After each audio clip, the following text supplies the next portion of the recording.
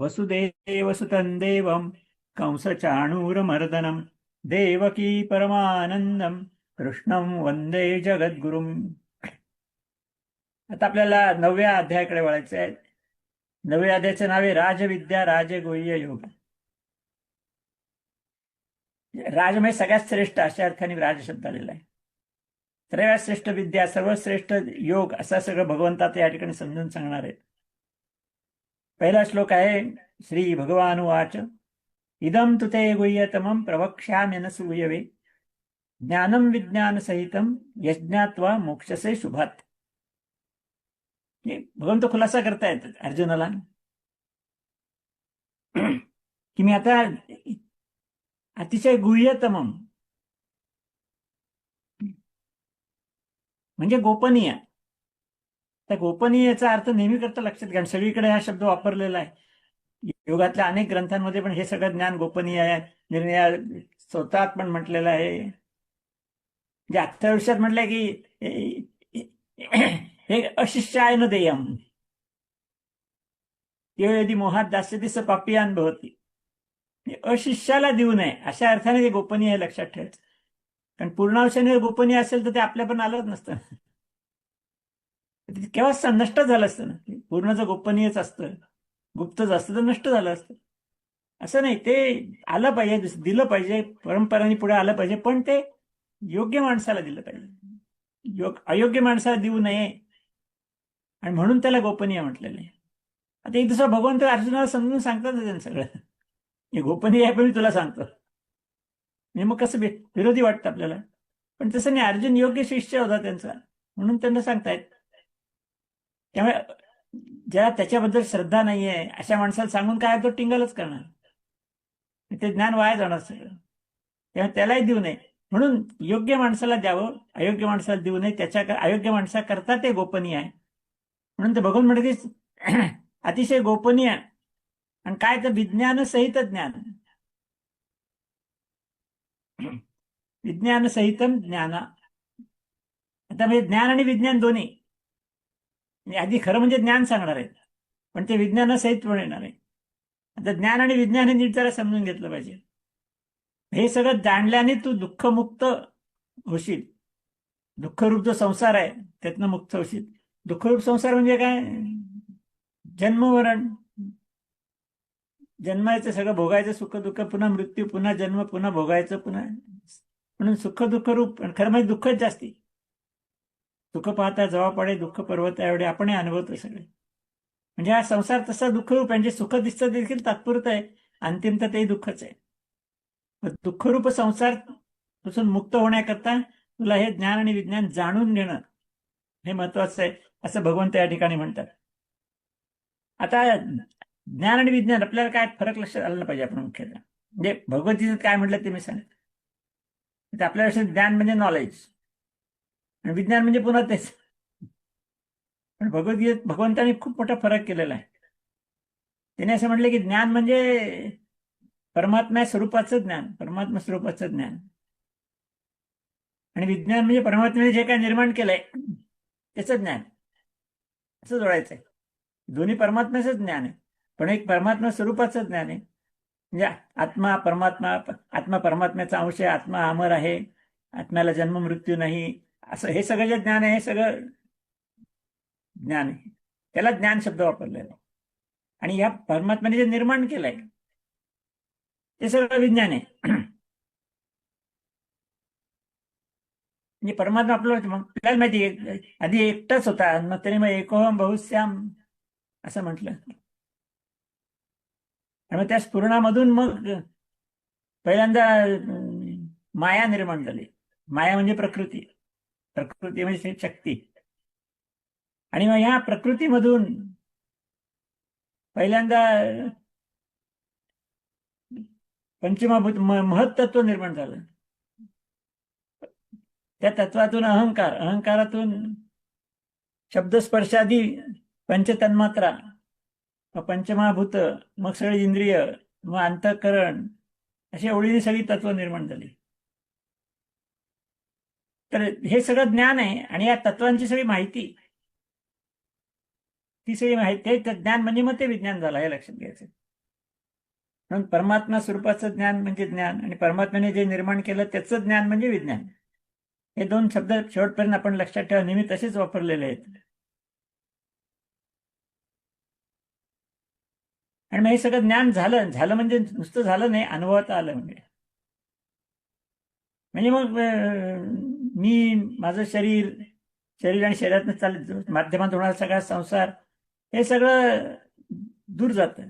यात काय अर्थ नाही. काय पुन्हा पुन्हा पुनरपी जननम पुनरपी मरणम पुनरपी जननी जठरे शरीरम चालू जातं चक्र ते जन्म मृत्यूचं. म्हणजे लक्षात येतं मग माणूस मुक्तीच्या मार्गाला लागतो. म्हणून दोन्ही ज्ञान होणं आवश्यक आहे. आणि ते मी तुला सांगतो असं भगवंत पहिल्या श्लोकात म्हणतायत. दुसऱ्या श्लोकात ते म्हणतायत राजविद्या राजगुह्यम पवित्रम इदमुत्तमम प्रत्यक्षावगमम धर्म्यम सुसुखम कर्तुम व्ययम.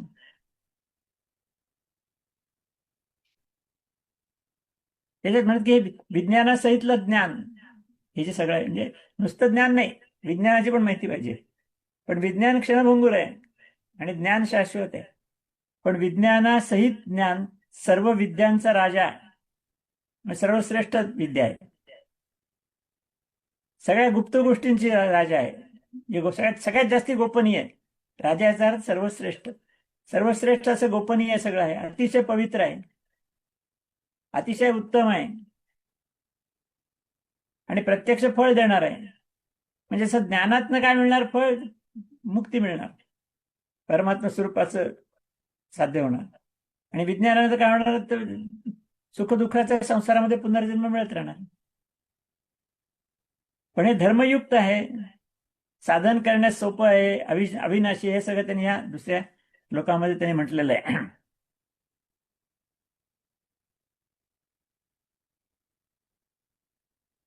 हे असं म्हणता येईल की मी आहे ही जाणीव आहे. मी आहे, माझं शरीर आहे, मी माझं काम आहे, मी हे करतो ती करतो, मला हे ते पाहिजे ते पाहिजे वगैरे सगळं. ही जी जाणीव आहे तिथपर्यंत जे ज्ञान आहे ते विज्ञान आहे. आणि जेव्हा मीची जाणीव संपते तेव्हा ज्ञान खरं सुरू होतं. म्हणून ज्ञानेने म्हटलंय की ज्ञानाची वेळे झाकती जाती तो डोळे. ज्ञानाचे डोळे विज्ञानाने झाकले जातात. ज्ञान थांबतं ते. म्हणून विज्ञानाच्या पुढे गेलं, पलीकडे गेलं पाहिजे. ज्ञान पाहिजे असेल तर विज्ञानाच्या पलीकडे गेलं पाहिजे. म्हणून मी आहे ही जाणीव संपली की मग ज्ञान होतं आणि मग पुढच्या मार्गाला प्रवास सुरू होतो. कारण विज्ञान जे आहे ते पंचज्ञानेंद्रियाशी संबंधित आहे. पंचज्ञानेंद्रियांच्या माध्यमातून जे मिळतं ते सगळं विज्ञान असं या ठिकाणी म्हटलेलं आहे. म्हणून ज्ञानाबद्दल ज्ञानदेव पुन्हा म्हणतात की पहावे आपणासी आपण. आता बघा, पहावे आपणासी आपण या नावे ज्ञान. म्हणजे आपण आपल्या आत्मसाक्षात्काराची होणार, हा त्याचा अर्थ आहे की आपणच आपल्याला बघायचं की मी कोण आहे, मी शरीर नाही, मी आत्मा आहे. हे ज्ञान झालं, हे खरं ज्ञान आहे. असं सगळं ज्ञान सगळ्यांनी सांगितलेलं आहे.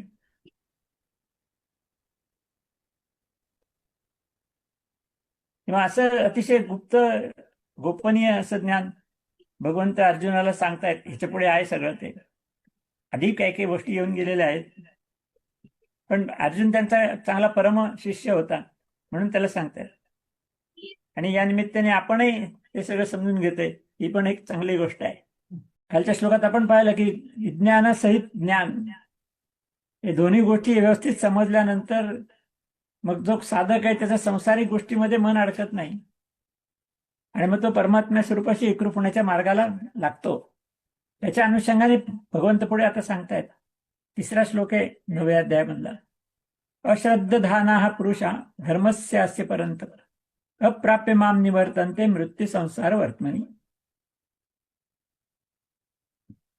की आता वरती जो सांगितलाय तो धर्म आहे, ज्ञान विज्ञान समजून घेऊन परमात्मा स्वरूपाची साधना करणे. तर या धर्मावर श्रद्धा नाहीये लोकांची. ज्या लोकांची नाहीये असे जे पुरुष आहेत, म्हणजे पुरुष स्त्री दोन्ही मधले पुरुषच आत्मे सगळे, ते मला प्राप्त होत नाहीत. कारण परमात्मा स्वरूप होण्याचा विचारच नाही त्यांच्याकडे. त्यामुळे ते संसार चक्रात फिरत राहतात.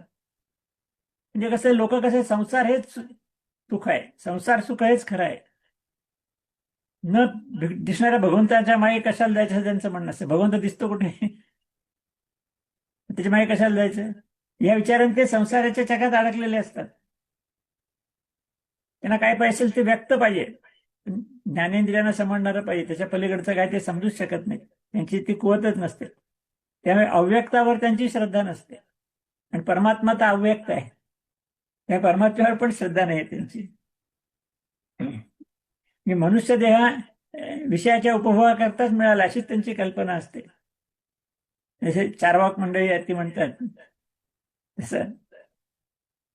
त्यामुळे ही अशी जी मंडळी आहेत धर्मावर श्रद्धा नसलेली, ते त्यांच्या अंतर्यामी खरं म्हणजे परमात्मा मी आहे, म्हणजे भगवंत आहे, पण त्याच्याकडे त्यांचं लक्षच नसतं. आणि त्यामुळे त्यांना मुक्तीच नसते. त्यामुळे ते संसार चक्रात फिरत राहतात.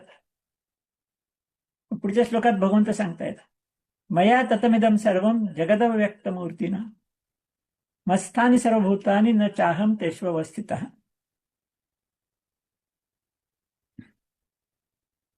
तर खरं म्हणजे निराकार, निर्गुण निराकार अशा परमात्म्याकडून सगळं ब्रह्मांड व्याप्त आहे. ब्रह्मांड परमात्म्यानेच निर्माण केलेलं आहे, परमात्म्याच्या प्रमाणे ते चाललेलं आहे, आणि शेवटी परमात्म्यातच विलीन होणार आहे. हे सगळं आहेच, हे खरं ज्ञान आहे. या सगळ्या विश्वाचं कारण हे निमित्त कारण आणि उपादान कारण. निमित्त कारण म्हणजे तात्पुरतं, उपादान म्हणजे मूळचं कारण. दोन्ही कारण परमात्माच आहे.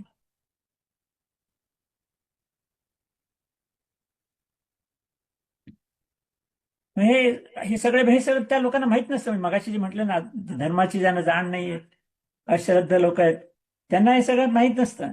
हे सगळं असून देखील भगवंत म्हणून मी सगळं विश्व व्यापलेलं आहे. कणकणमय साई रमत, प्रत्येक कणाकणामध्ये परमात्मा स्वरूपाची शक्ती आहेच, विज्ञानाने सुद्धा मान्य केलंय. पण याची जाणीव त्या लोकांना नसते, आणि त्यामुळे त्यांना संसार चक्रामध्ये फिरत राहावंसं लागतं. आता या ठिकाणी भगवंत असं म्हणतात की सगळी भूतं माझ्यामध्ये आहेत का, माझ्या संकल्पामुळे निर्माण झालेली आहेत, पण तेषु अहम न अवस्थिता असं म्हणतात की मी त्यांच्यामध्ये राहिलेलं नाही. याचा अर्थ असं की राहिलेलं नाही म्हणजे काय, त्यांच्या मनात नाही आहे ना. त्यांना असं वाटतच नाही की भगवंत आपल्यात आहे म्हणून, हे जाणीवच नसते. म्हणजे भगवंत असून भगवंताची जाणीव नसते त्यांना, त्याची जाणीव नसते, हा याचा त्याचा अर्थ आहे की त्यांना भगवंताची जाणीवच नसते, हेच ते स्पष्ट सांगतात. आणि त्यामुळे त्यांना पुढे दुसरी साधना करण्याचा काही मार्ग नसतो. जीवनाच्या सुखदुःखात ते गुंतलेलेच राहतात, आणि पुन्हा पुन्हा पुनरपी जननम पुनरपी मरणम पुनरपी जननी जठरे शयनम असं त्यांचं सगळं आयुष्य चालू असतं, असं भगवंत स्पष्टपणे सांगतात की सगळ्या जगात कणाकणात मी असून मला ते ओळखत नाही, म्हणून त्यांच्या दृष्टीने मी नसतो असा अर्थ नाही की मी त्यांच्यामध्ये राहिलेलं नाही. याचा अर्थ काय, राहिलेलं नाही म्हणजे होत आहेच, पण त्यांना जाणीव नाही त्याची, आणि म्हणून ते लक्ष देत नाही तिकडे. ठीक आहे, पुढे आणखीन बघूया. आणखीन पुष्कळ भगवंत खुलासा करतात टप्प्याटप्प्याने, पण ते पुढच्या श्लोकात